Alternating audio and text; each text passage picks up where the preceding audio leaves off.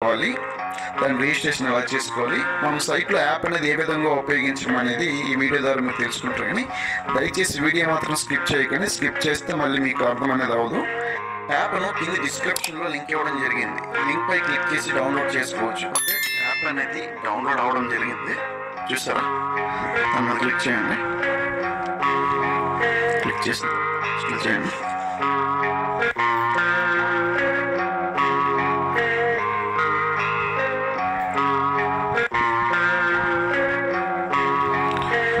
Install అయిన తర్వాత open చేసుకోండి.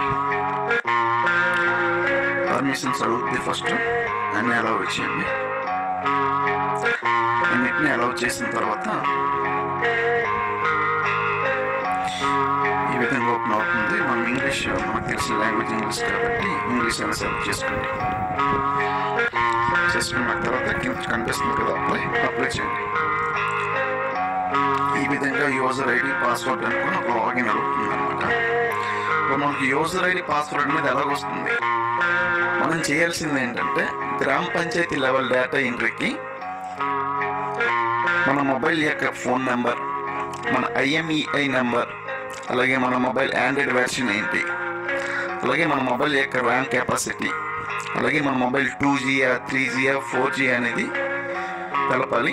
అలాగే MAC కోడ్ను కూడా తెలియజేయాలి. మన స్క్రీన్ మీద కనిపిస్తున్న డిస్ప్లే పైన గెట్ యువర్ కోడ్ అని కనిపిస్తుంది కదా, దాని మీద మనం క్లిక్ చేస్తే ఆటోమేటిక్గా ఈ విధంగా కోడ్ అనేది వస్తుంది అనమాట.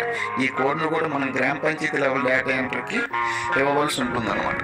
మనం పూర్తి సమాచారాన్ని ఇచ్చిన తర్వాత గ్రామ పంచాయతీ లెవెల్లో D18లో డివైస్ మేనేజ్మెంట్లో డివైస్ రిజిస్ట్రేషన్ ద్వారా మన యొక్క మొబైల్ నెంబర్ని రిజిస్ట్రేషన్ చేసి మనకి SMS రూపంలో లాగిన్ పాస్వర్డ్ పంపించడం జరుగుతుంది.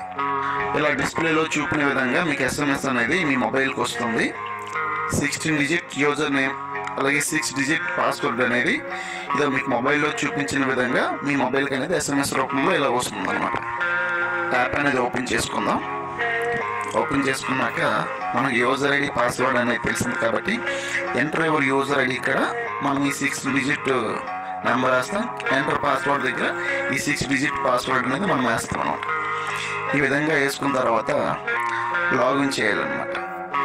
ఇలా ఓపెన్ అయిన తర్వాత లెఫ్ట్ సైడ్లో మీకు 3 లైన్స్ కనిపిస్తుంది కాబట్టి దాని మీద క్లిక్ చేశాక డౌన్లోడ్ మాస్టర్ అని ఒక ఆప్షన్ కనిపిస్తుంది అన్నమాట.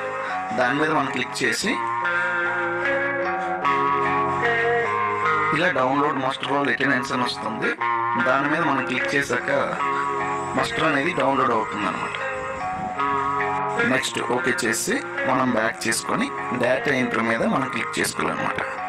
క్లిక్ చేసుకున్న తర్వాత మాస్టర్ లెటెనెన్స్ అని ఉంటుంది, దానిపైన కూడా మనం క్లిక్ చేసుకోవాలి. చూసారుగా, search work ID, search MSR number, ఈ విధంగా మనకు డిస్ప్లే ఓపెన్ అవుతుంది. ఓకే, పైన సెర్చ్ వర్క్ కోడ్ దగ్గర మనం వర్క్ ఐడి సెలెక్ట్ చేసుకుంటాం. దాని కిందకి వచ్చి మాస్టర్ రోల్ దగ్గర మాస్టర్ రోల్ కూడా సెలెక్ట్ చేసుకుంటాం.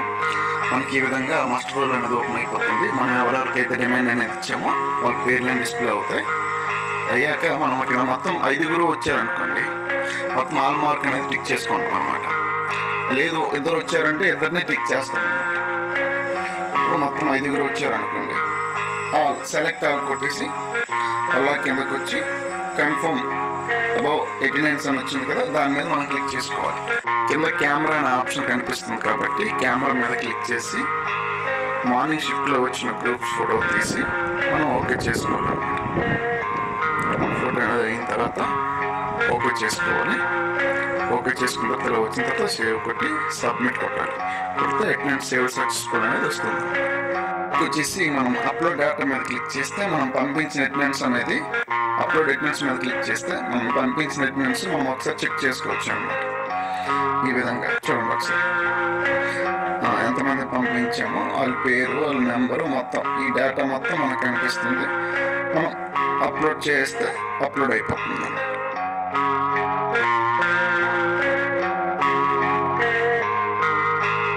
నెక్స్ట్ 2 PM to 5 PM అనమాట. 3 డాట్స్ మీద పైన క్లిక్ చేస్తే లెఫ్ట్ సైడ్లో డౌన్లోడ్ మాస్టర్ మీద క్లిక్ చేసిన తర్వాత డౌన్లోడ్ మాస్టర్ ఓకే చేసుకోవాలి. మాస్టర్ డౌన్లోడ్ అయిన తర్వాత ఆఫ్టర్నూన్ అటెండెన్స్ మీద క్లిక్ చేస్తే సేమ్ ప్రాసెస్ అన్నమాట. సెలెక్ట్ వర్క్ ఐడి క్లిక్ చేసుకుంటాం, అలాగే మాస్టర్ రోల్ మనం క్లిక్ చేసుకుంటాం. ఓన్లీ మరి అటెండెన్స్ పంపించిన అవసరం లేదు, ఓన్లీ మాత్రం ఫోటో మాత్రమే పంపించుకోవాలి మనం. ఈ విధంగా మనం ఫోటో పంపించేసి ఓకే చేసి సబ్మిట్ చేస్తే సేవ్ చేయాలన్నమాట. సేవ్ చేస్తే సబ్మిట్ సక్సెస్ఫుల్ అనేది వస్తుంది. అయితే సెకండ్ ఫోటో అనేది కంప్లీట్ అవుతుంది.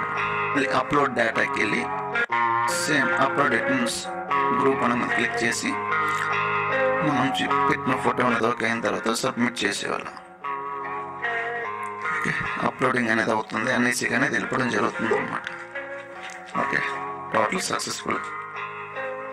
మనం పంపించే అటెండెన్స్ ఎన్ఐసి వెబ్లో రికార్డ్ అయ్యిందా లేదా తెలుసుకోవడం ఎలా? ముందుగా క్రోమ్ బ్రౌజర్ అనేది ఓపెన్ చేసుకోండి. ఫస్ట్గా సెర్చ్ ఆప్షన్లో NREGA.NIC అని ఈ విధంగా టైప్ చేసి సెర్చ్ చేయండి. చేస్తే ఇలా మనకు వెబ్ అనేది ఓపెన్ అవుతుంది, NIC పోర్టల్ వెబ్ అనేది. ఇది కట్ చేసుకోండి. ఓకే, రైట్ సైడ్లో 3 డాట్స్ ఉన్నాయి కదా, దాని మీద క్లిక్ చేశారంటే డెస్క్టాప్ మోడ్లో పెట్టుకుంటే మీ కంప్యూటర్లో ఏ విధంగా స్క్రీన్ అయితే కనిపిస్తుందో ఈ విధంగా కనిపిస్తుంది అన్నమాట. ఓపెన్ చేశాక అలా కిందకి వెళ్తే చూసారా ఇక్కడ NMMS ఆఫ్ వ్యూ అటెండెన్స్ అని ఉంది, దాని మీద క్లిక్ చేయండి. క్లిక్ చేస్తే ఈ విధంగా ఓపెన్ అవుతుంది. స్టేట్, డిస్ట్రిక్ట్, బ్లాక్, పంచాయతీ, అలాగే వర్క్, మాస్టర్ నెంబర్ ఇవన్నీ పెట్టేసి మనం సో డీటెయిల్స్ అని కొడితే ఈ విధంగా మాస్టర్ రోల్ అనేది ఓపెన్ అవ్వడం జరుగుతుంది. చూసారుగా మొత్తం మనం MMS మొబైల్ యాప్ నుంచి పంపించిన మొత్తం డేటా మొత్తం NIC సర్వర్లో ఈ విధంగా ఉంటుంది అన్నమాట. మనం పంపించిన ఫోటో కూడా పైన కనబడుతుంది. Click here for large image